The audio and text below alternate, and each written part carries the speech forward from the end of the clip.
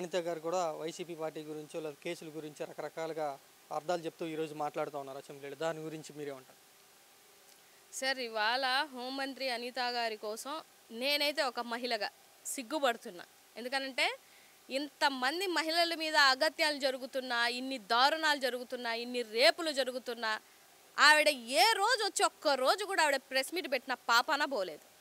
ఇవాళ కత్తిపోట, గొడ్డలిపోట, ఈ కేసులు, ఆ కేసులు, తల్లి కేసు, చెల్లి కేసు అని జగన్మోహన్ రెడ్డి గారి పర్సనల్గా మాట్లాడితే నేను ఈ సందర్భంగా హోంమంత్రి అనిత గారిని అడుగుతున్నాను.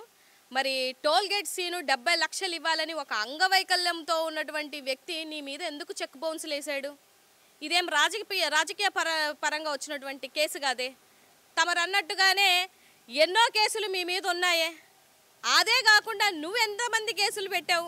ఒక రకంగా ఆలోచించాలంటే సొంతం నీ భర్త మీద ఎస్సీ ఎస్టీ కేసు పెట్టావు.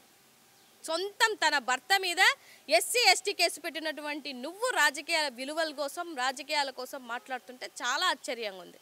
అదే భర్త మీద తన సొంత బిడ్డల్ని చూడడానికి వెళ్తే నువ్వు కిడ్నాప్ కేసులు పెట్టావు. సో నువ్వు అవతల పర్సనల్గా మాట్లాడితే నీకు కూడా పర్సనల్గా బోల్డ్ క్వశ్చన్స్ వస్తాయి. సో ముందు మనం చూసుకొని మంది బాగుంటే పక్కోళ్ళని క్వశ్చన్ చేయొచ్చు. నువ్వు ఎంతమంది రేప్ కేసు పెట్టావు? నీ సొంత నియోజకవర్గంలోని ఎంతమంది మీద రేప్ కేసులు పెట్టావు? ఇదంతా రాష్ట్రంలో ఉన్నటువంటి ప్రజలకి తెలుసు. ఇంకా గొడ్డలపోటు కేసు, ఇంకొక కేసు అని అంటే అది ఎవరు పెట్టారు, ఎవరి హయాంలో జరిగింది, ఎందుకు పెట్టారు? పోనీ ఇప్పుడు నీ ప్రభుత్వమే కదా వచ్చింది, తేల్చమనండి సార్ అవన్నీ. నేను చెప్తుంది ఏంటంటే ఒక మంచి పదవిలో ఉన్నావు. ఇవాళ దళిత మహిళ ఏంటి కూడా నువ్వు ఏ రోజు దళితులకి న్యాయం చేయలేనటువంటి ఒక చేతగాని హోంమంత్రివి, డమ్మీ హోంమంత్రివి నువ్వు. ఇవాళ నువ్వు వచ్చి నీతులు చెప్తున్నావా? దయించి నీకు ఇచ్చిన పదవికి విలువ కానీ ఉన్నట్లయితే మహిళల కోసం, దళితుల కోసం జరుగుతున్న అన్యాయాల కోసం ఏ రోజైనా నువ్వు ప్రెస్ మీట్ పెట్టు. ఆ రోజు వచ్చి మేము ఒక మహిళగా హ్యాట్స్ ఆఫ్ చెప్పగలుగుతాను తప్ప ఇలా నోటికి ఏదొస్తే నోటికి అదుపు లేకుండా నువ్వు మాట్లాడితే మాత్రం రాబో రోజులలో నీకు సమాధానం చెప్పేది నీ ప్రజలే. ఎందుకంటే నీ నియోజకవర్గంలోని ఇప్పటికీ కూడా నిన్ను లోపలికి అలౌ చేయలేనటువంటి పరిస్థితి.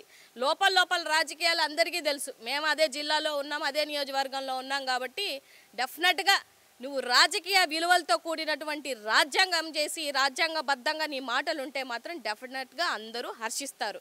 లేదంటే రాబో రోజులలో నీకు సమాధానం చెప్పే రోజు మాత్రం తొందరలో ఉందని మాత్రం గుర్తు చేస్తున్నాను.